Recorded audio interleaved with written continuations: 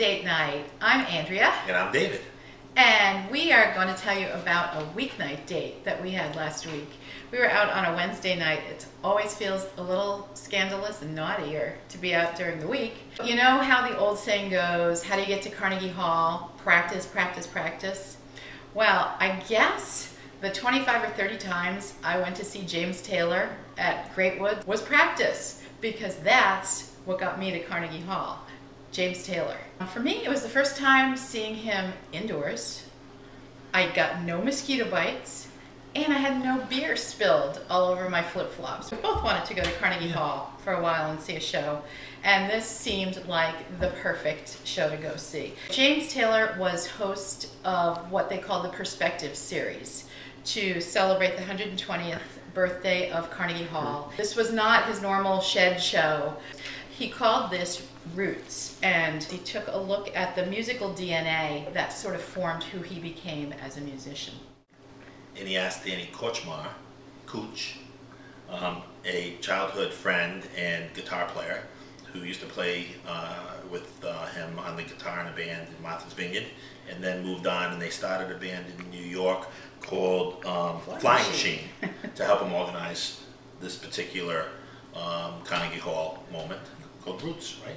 Yeah, and the show was planned to pay tribute to, as James said, the Taylor family record collection from growing up. So it was going to cross a lot of different genres: R&B, country, blues, bluegrass, truck driver songs, hymns, Broadway music, and all those types of music were great influences on what he eventually developed as his own personal style. And he brought some people to help out to really make it a nice evening, to bring all those things together.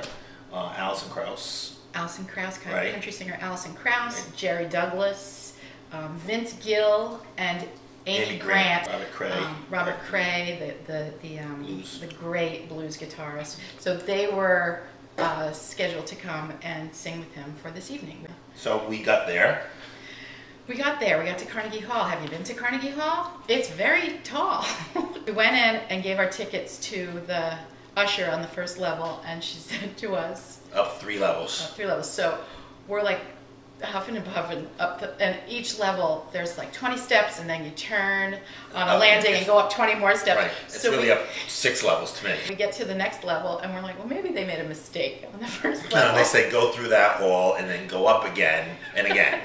Like, so we really were, and you're really up high, and when we walked out and saw where we were sitting and looked at the stage. Oh, literally, it's like this. Literally, you're sitting like this. I'm not exaggerating the angle of these seats. And I, all of a sudden, got my legs just kind of squeezed together there. All I could picture me tumbling down and falling and hitting that thing. It's like, no, I'm not going down there. But thank God, we were in the We're sitting in the last row. Yeah, the last row at the top. Of this level, of dress circle level.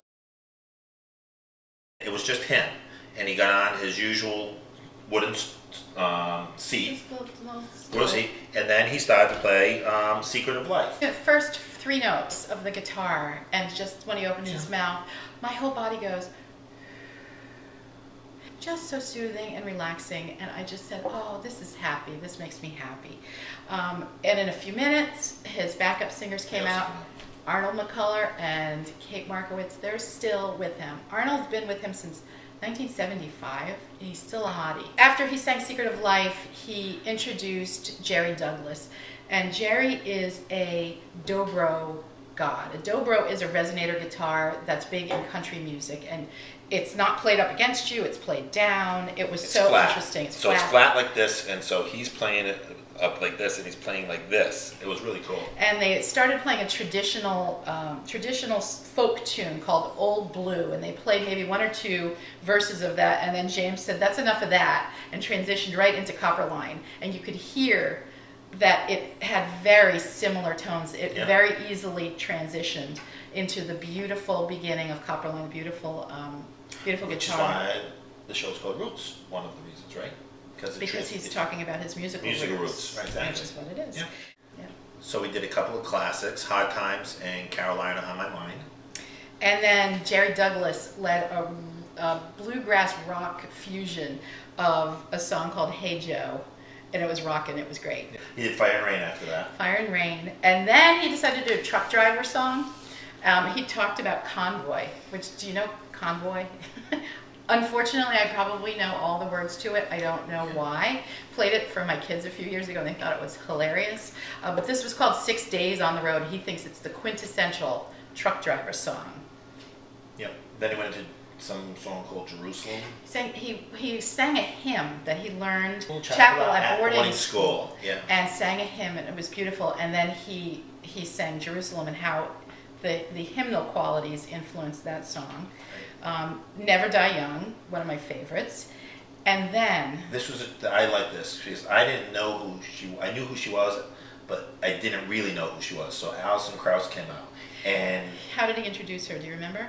As the woman with the most perfect voice or the most beautiful voice she's ever heard. Yeah, and she came out and she said, "How do I live up to that introduction?" Yeah. And he says, "Oh, excuse me." He said, "Just back from grueling throat surgery is." Yeah, he was really funny.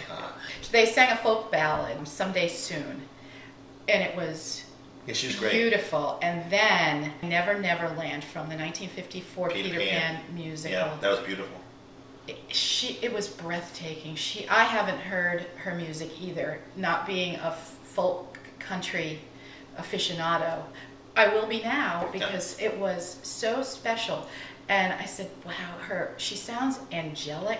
And the last notes would just waft up into Carnegie Hall. Of course, we were up pretty high. Yeah. But just the way the sound resonated in the hall, there was another worldly quality to it. That was done. What did he end with? Country Road. Country Road, and then took an intermission. During intermission, I was checking out Alison Krauss to find out a little more about her, and of course, the first description I read is her voice has been described as angelic. Yeah. The second act opened with Cooch, Danny Korchmar, on the guitar doing Machine Gun Kelly, his song.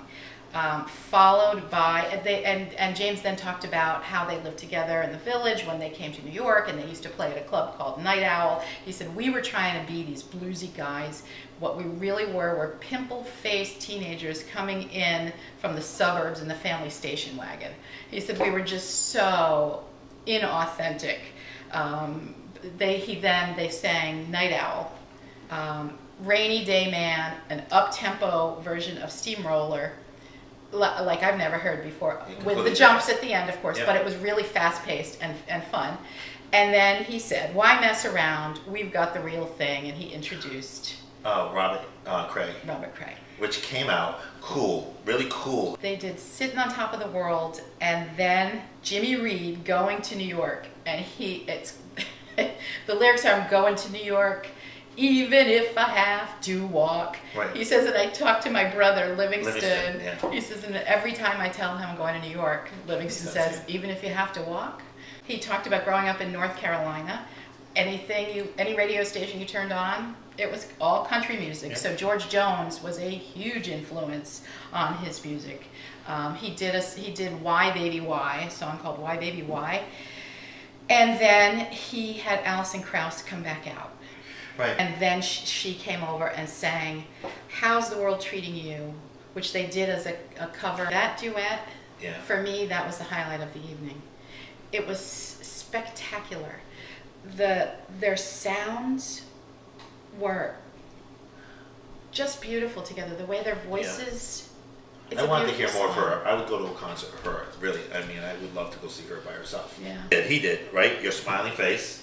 And then he went to Up on the Roof. Which he said he thinks of as a New York song. He thinks of all the water towers on rooftops in New York City. And he thinks, when he sings the song, he thinks about New York City a couple of hours before daybreak. Can I be honest with you? Yes. Yeah, I'll be honest with them. I really wanted to see Vince Gill and Amy Grant. I opened up my playbook in the beginning and it said, due to family illness, they weren't going to be there that evening. I went, oh, geez. Well, so what happened after that was, this was very near the end of the show, and James made the announcement that Vince Gill and Amy Grant were not able to be there. But he said, I have found a rather stellar replacement. And everyone in the concert hall held their breath because no one knew what was going to happen. Except maybe in the back of my mind I did. Because out came Your stalker? My stalker. None other than Mr. Tony Bennett. He comes out, black suit with a silver tie, and did he have a red rose on a lapel, red flower on his lapel, and he got a standing ovation before he even opened his mouth. They then sang, put on a happy face. It was playful. It was totally fun. Another standing ovation. Mr. Tony Bennett waves and leaves the stage. Now, why is he my stalker? About 4 years ago, we went to Madison Square Garden and saw Stevie Wonder, which was also like on my bucket list, and it was an amazing evening. He had two special guests, Prince, which I was just had lost my mind, and Mr. Tony Bennett. Did you know he was coming out at all, Tony Bennett? No, he was unannounced. He was a surprise guest, and that was a surprise guest for me. Well, you were over the moon. Well, because I've always wanted to. He was on your bucket list. There's two people. My bucket list, unfortunately, one's dead because I've always wanted to see Sinatra. I would always want to see Frank Sinatra live, and Tony Bennett. And I want to see Tony do a whole thing. And so for him to come out, that was my treat. 2 summers later, we had another amazing evening. The last play at Shea, and it was Billy Joel playing the very last concert at Shea Stadium. He did, I think, a 3-night run. We saw the final night, and he had a million special guests. Steven Tyler, Garth Brooks, Roger Daltrey, legends. Paul McCartney, Sir Paul, was there to close out the whole show. But at one point during the evening, ladies and gentlemen, Mr. Tony Bennett.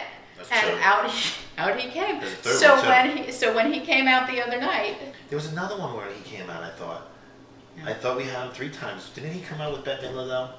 No.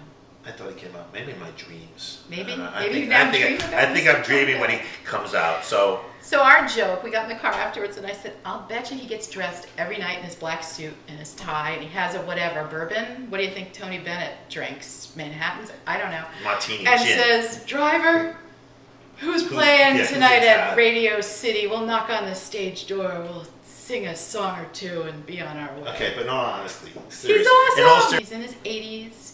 He still sounds great. He's just got that great easy croon going on. Yeah, so he left. They all left the stage, actually, and then James came back out. And his last song, always, is Sweet Baby James, except this was not a regular concert. He introduced it as a song from his parents' Broadway albums. In his DNA, he said it's in his DNA. And it was Oh What a Beautiful Morning from the musical Oklahoma. It was beautiful and sweet. His backup singers were beautiful in it as well. They came out as well, and he sang the first part by himself, and then they joined him. The harmonies were just soothing and beautiful, and it was just a slice of Americana, really to give a tip of the cap to a beautiful, beautiful concert hall that's been around for 120 years and has seen the likes of the most amazing legends, international legends. Fanny Bryce. Fanny Bryce, remember I said that? I did. Yeah, Fanny Bryce. Funny Girl. From Funny Girl. And so for me, it was not only a great date, because we had just a really fun evening in the middle of the week, but it was a phenomenal experience. To see James Taylor in a very different show was very special. It was a check. We went to Carnegie Hall as well. That's what I thought was really cool. Yeah. So we've been there. So we've been there. And they've done that now. So that was good. Awesome. So thanks for joining us on this midweek date night webisode. We hope you do something fun with the one you love in the meantime. And we'll see you after our next date.